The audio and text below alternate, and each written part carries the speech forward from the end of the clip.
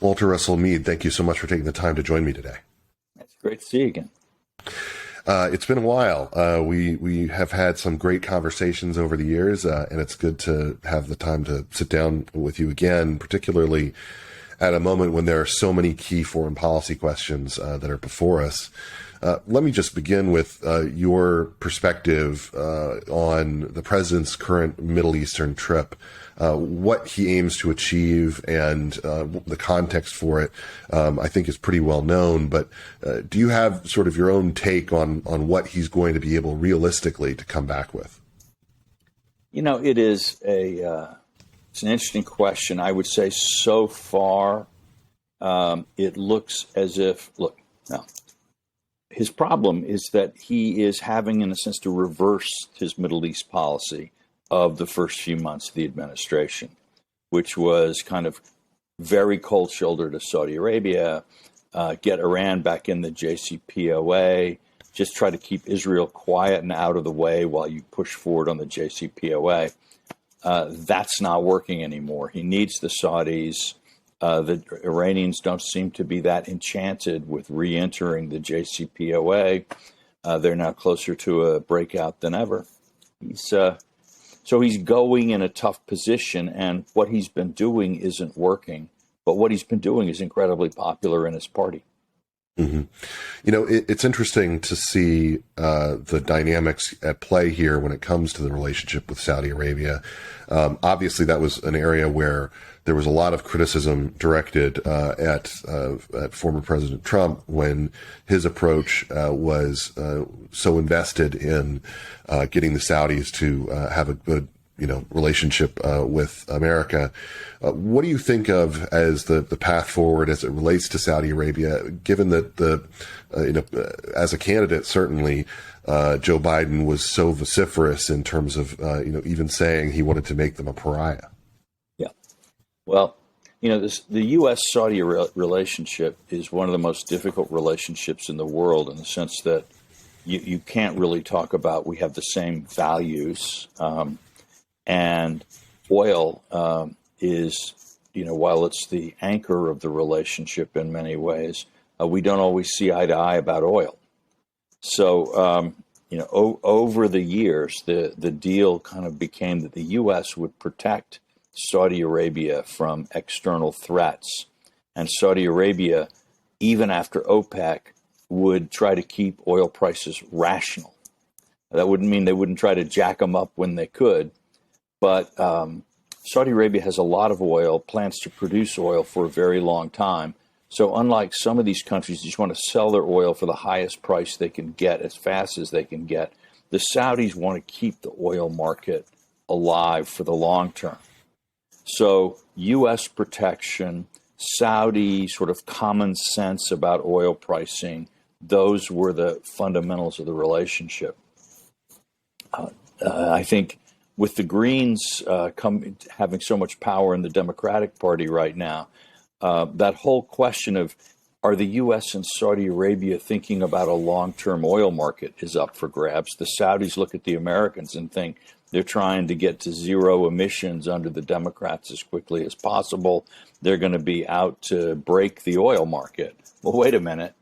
And then with the U.S. seeming less interested in protecting Saudi Arabia, and particularly when it comes to Iran, there was great fear there too. So both of the pillars of the relationship have been under threat, and I think that's why the relationship has been under strain. Your latest book is a look into the relationship between America and Israel, and a historical look at that. In terms of the common understanding of America's relationship with Israel, what are the things that most people get wrong? Well, I think the first thing that most people get wrong, or a lot of people get wrong in the United States and also around the world, is that America has a pro-Israel foreign policy because the Jews are running America. And, the Jews are running the media. The Jews are running the Senate, et cetera, et cetera. And you'll even hear American politicians say things like that. And somehow the idea that these mysterious puppet masters are dictating American foreign policy is very much out there. If you actually look at the historical record, one of the clearest things you can see is that whether American foreign policy with respect to Israel is smart or stupid, it's an American policy. It's not a Jewish policy. And America makes policy about Israel the way it makes policy about just about everything else. And again, we're not infallible. We get things wrong. But the politics, the thinking, the relationship of ideals and pragmatic considerations, it's pretty much the same there as it is anywhere. You know, you had a piece in the Wall Street Journal the other day that I thought was very interesting and timely about the way that Vladimir Putin in particular, but others as well, use the wokeness of America as a weapon. Yeah. It seems to me like this is an increasing element of our foreign policy that the Biden administration, but I think generally, a lot of people have not, not just the Biden administration, have struggled with. You think about that very first meeting, for instance, in Alaska, with the Chinese, where they sounded a lot like people who might be raising up critiques of the American system from a critical race theory perspective or a Black Lives Matter perspective, and it really seemed to take the Anthony Blinken and others aback to hear this kind of critique vocalized. Tell us a little bit about that dynamic and what's going on with the way that other nations use America's wokeness, for lack of a better term, against us. Well, one thing we have to start with is that this is a propaganda war in some ways, the contest with countries like China and Russia. And so they don't, in those kind of contests, they don't use speech as a way of communicating information and ideas. They're using it as a tool to weaken and divide you.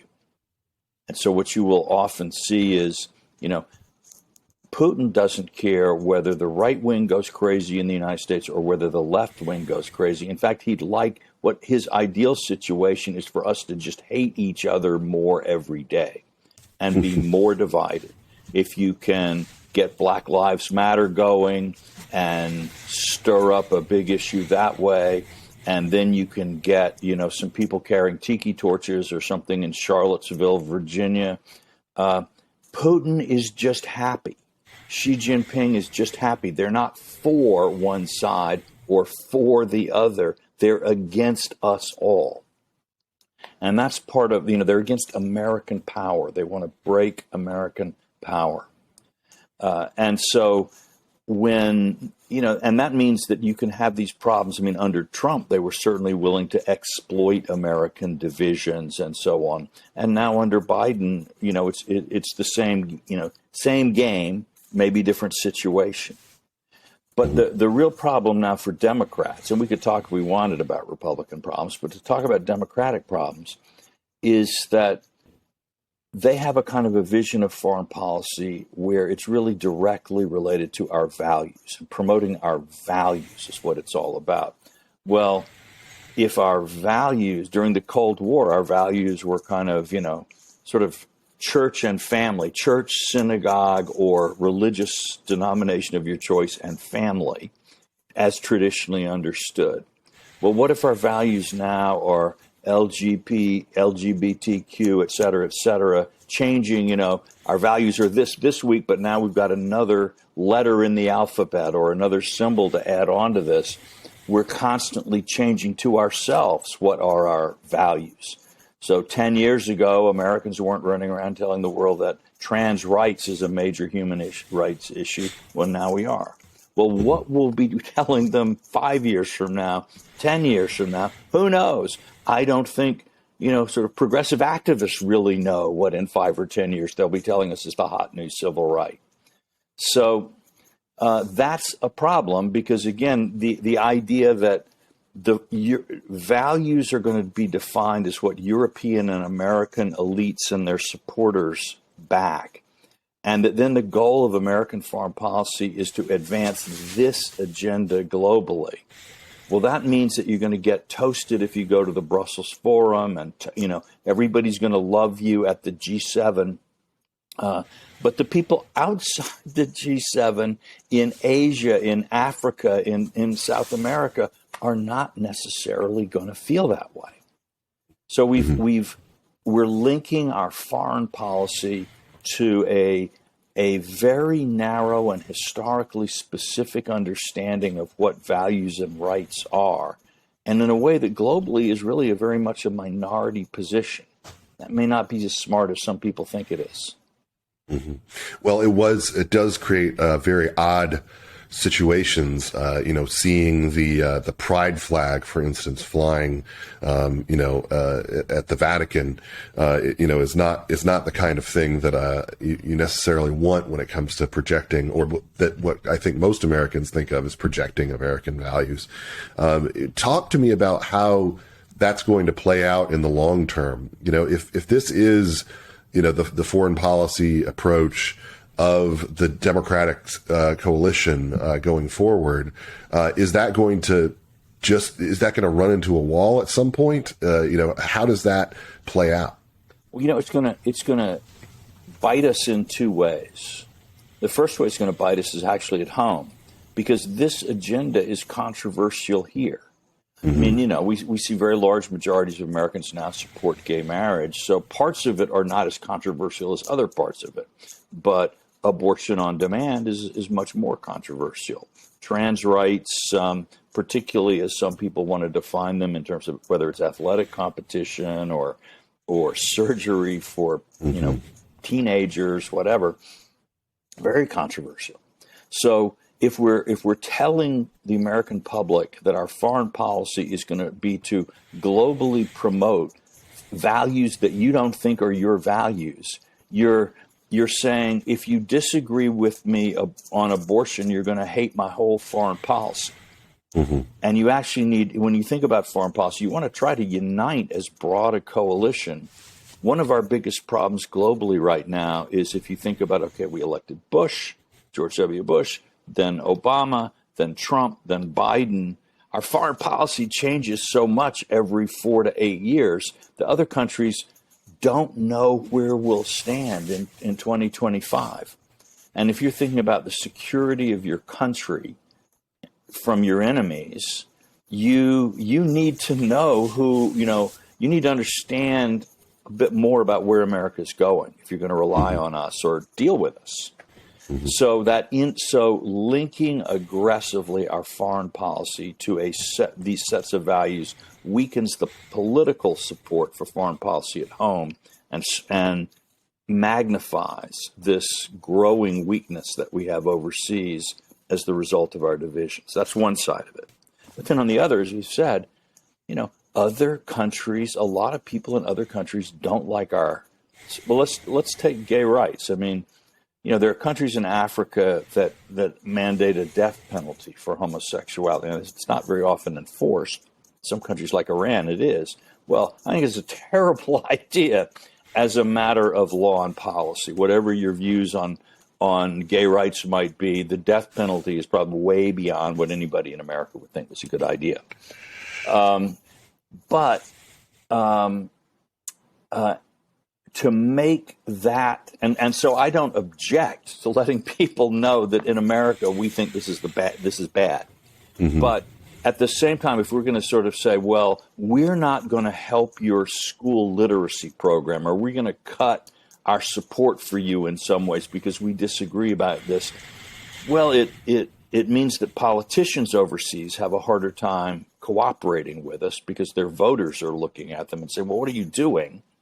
But also it means that Russia and China can sort of say, look, we've got a no questions asked foreign policy. You work with us, and as we sign an agreement, we'll do what we say, you do what you say, and you don't have to worry about any of this other stuff. Mm-hmm. If you want to build a new power plant, we're not going to tell you that we're not going to fund it because it violates our global climate agenda. We're not going to tell you that if your education department doesn't have a certain percentage of women in professional offices there, we won't help you fund your education work. We'll just work with you the way you are. That's a very appealing message. And it also allows them to portray America as a global bully, trying to tell everybody else what to do. I am curious about your take now that we have some perspective and that the war has gone on as long as it has on the response of Europe and NATO nations to the war in Ukraine.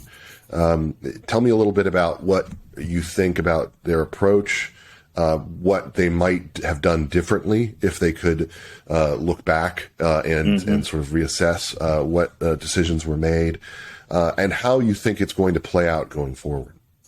Yeah, well, I think, if we divide it, the biggest problem, the biggest thing that's gone wrong, obviously, is that Russia invaded Ukraine. And American foreign policy should be about deterring countries from doing things like this. Because, when it comes to war, an ounce of prevention is worth a ton of cure. And so doing a better job of deterring Russia from invading Ukraine would have been, the most amazing success we could have had. If in some point, I actually think you could go back to like George W. Bush in 2008 when Russia invaded Georgia. If the Ukrainians were willing to let us put a base in Crimea at that time, which would have been very helpful in what came later in the Middle East as well. But if we had had a base in Ukraine as a response, Russia would have said, you know what, this invading of other countries is not such a great idea. We would now, I doubt you would have seen any, I think Putin would have had a much more cautious policy. But Bush and Obama both basically caved when Putin invaded, when Putin challenged the U.S. in Crimea, in Syria, in Georgia. So he lost his respect for the power of American deterrence. And so now we have this war. If we had even as late as the fall of last year put 5,000 American troops in Kiev, I don't think Russia would have attacked Kiev. Deterrence works both ways. We're not going to attack Russia. We're not going to attack Russian troops randomly. They're not going to attack ours. But that was probably politically impossible, and that's part of the problem in a sense. Then once the war starts, I think we, both Russia and NATO, in a sense, miscalculated. Russia obviously miscalculated that their initial offensive was going to, destroy the Ukrainian government, and they'd be greeted by, hugs and kisses and flowers as they went to liberate Ukraine. None of that happened. Putin was wrong. Ukraine is a nation, and they want to fight for their freedom. And that's happening. But then NATO, I think, and the U.S. made another mistake, which is that with the awesome power of our economic sanctions, we can bring Russia to its knees, and Putin will have no choice but to make a deal on our terms. Well, that didn't work either, and it isn't working.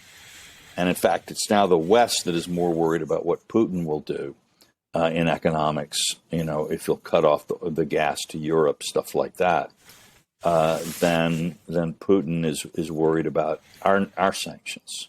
And China has rallied around. And amazingly, lots of countries want to buy Russian oil at a time of worldwide oil shortages. So we're in trouble there. At the moment, I think it's fair to say neither Putin nor the U.S. has a particularly good strategy for the Ukraine war, but we have the war.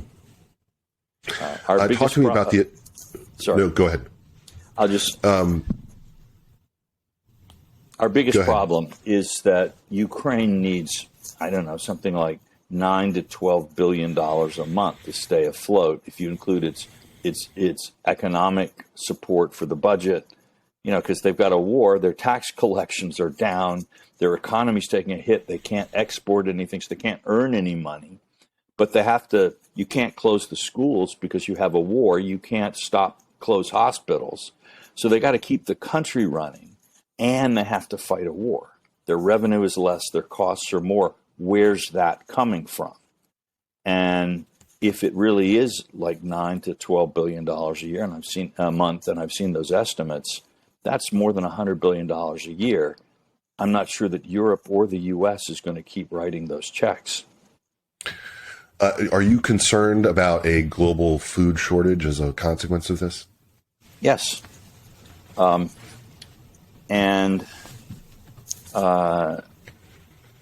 think we're, again, I don't think people never expect a long war. And yet most short wars turn out to be long wars. Isn't that funny? and the one thing you know about war is that it is going to surprise you. And usually most of those surprises will be bad. Hopefully a few will be good, but most will be bad. And realizing just how closely Ukraine and Russia are tied to food supplies in the Arab world and in Africa primarily is a real problem. What does the addition of Finland and Sweden do to NATO? And do you believe that NATO is truly becoming a stronger entity in the wake of this war? Well, I think the admission of Finland and Sweden does strengthen NATO. These are countries. These are not free riding, please protect me, Mr. America countries. These are countries that actually they live very close to Russia. They take their military very seriously. They are, their military are professional, and they enjoy the support of the population. Those are actually the kinds of allies that you want. They're not saying, "Oh, America, please make me secure so that I never have to think about all those ugly military things." They're saying, "Okay, we've been working hard to be secure, and we've tried to do it on our own, but now things are more dangerous. We need to integrate." And that's, and there'll be voices within NATO for realism about military matters, and NATO could use that too. So I'm all for that. I saw even Rand Paul today has a piece up saying, NATO expansion is a good to Sweden and Finland is a plus. It's a surprising thing though, because there were a lot of people. I even heard this from people who I considered to be relatively serious, who prior to the war were saying things like, NATO's just it's a vestige of itself. It's, it doesn't really serve any function anymore, that kind of thing. It seems surprising that it's become a stronger and a more important entity in response to this. Well, it's not. Yeah, it is. It obviously is, but it's a little bit like if you're like me, you have a fire extinguisher, maybe more than one in your house. And most of the time you never think about it and pay no attention to it, whatever. Then you have a fire and suddenly it's the most important thing you have. Exactly. So, or it's the insurance policy that you don't pay any attention to until the tornado hits you. So, yeah. Let's shift to talking about China for a moment. There seems to be a very real concern related to the Ukraine conflict that the United States is not prepared militarily to engage on the level that it would need to in order to defend Taiwan. This is a note that's been sounded over and over again by Elbridge Colby and others who I've talked to before. What does America need to be doing now in order to harden Taiwan as a target and to ensure that we can rely on our allies in the region to deter any kind of Chinese incursion? Well, the first thing I think we should all be doing right now is to thank God for Japan and thank God for Shinzo Abe, the prime minister who was recently assassinated, because Shinzo Abe saw the danger coming from China long before even most people in the U.S. saw it. And he saw that China is is an existential threat to Japan. And he has been very, very patiently working not only in Japan, but among the neighbors to make alliances stronger.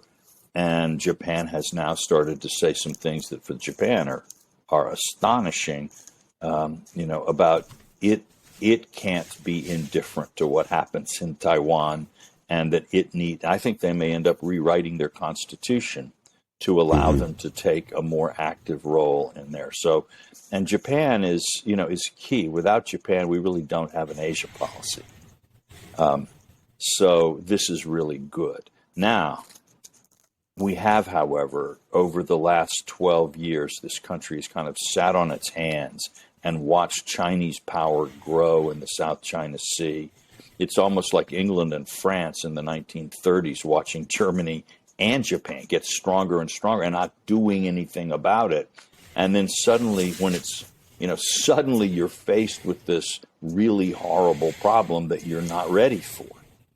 And so, now I think to his great credit, President Trump did a bit of the Paul Revere thing on China and did more than anybody before him had done to wake people up about the China threat. And I think you can say that this is an issue where a lot of Democrats as well as a lot of Republicans now see this. But with all of this, are we doing it? We have to dramatically increase our military spending. We have to work with Taiwan because we have to help Taiwan become so effective at defending itself that China will look at it and say, we're just not going to do it. In Singapore, they have Singapore's a small city state and very rich, so a lot of people around it might someday like to take it. When they talk about their security doctrine, they say, look, we know we're small, but we know we're a shrimp, but we're going to be a poison shrimp so that if a predator eats us, they'll die. And that's, Taiwan has to become a poisoned shrimp that China understands that if it reaches out to take it, the effects for China and the Chinese government that launches the attack would be disastrous. It's an interesting thing to see how Donald Trump's presidency, both his rise to it and what he did while president, has changed the conversation about foreign policy on the right. How do you think that plays out going forward? Because obviously he was doing it mostly in the context of essentially being the first person to offer a very strong critique of the George W. Bush foreign policy and its approach to Iraq and Afghanistan. That context has now shifted. It's no longer kind of the dominant, in control, foreign policy elite blob right. kind of thing in the same way, especially when you have new voices on foreign policy, people like Tennessee Senator Bill Hagerty, who was obviously the ambassador to Japan under Trump. People who are, speaking in a different context than one where right. the Bush family had not had this kind of critique lodged against it yet.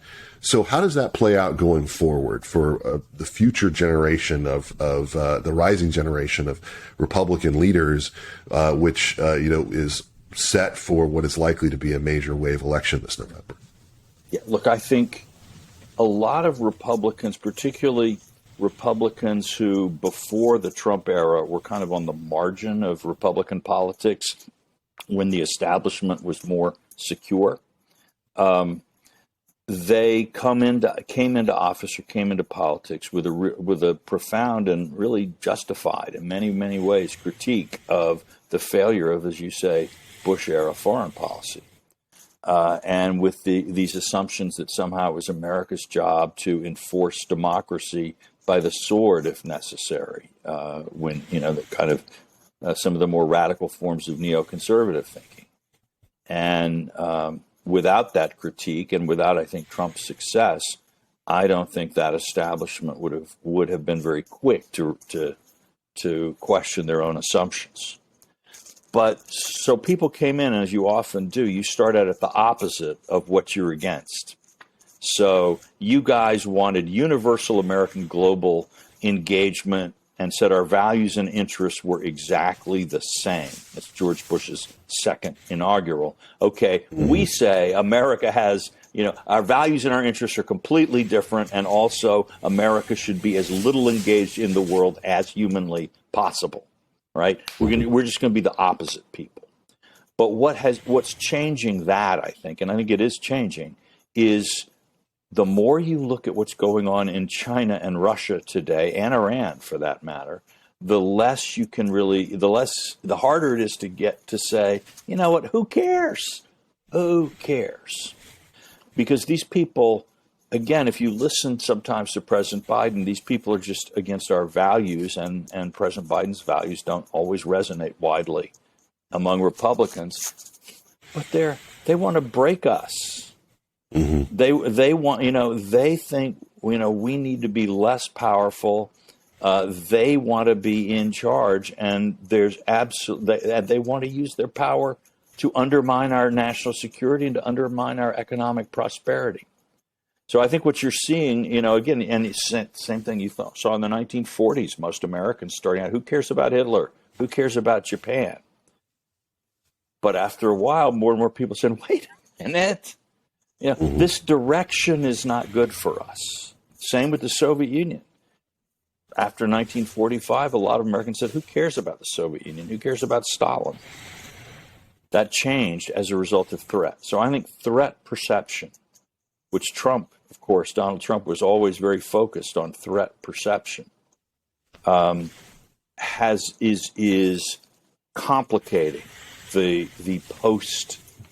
post-neoconservative Republican policy debate in some really interesting ways. Mm-hmm.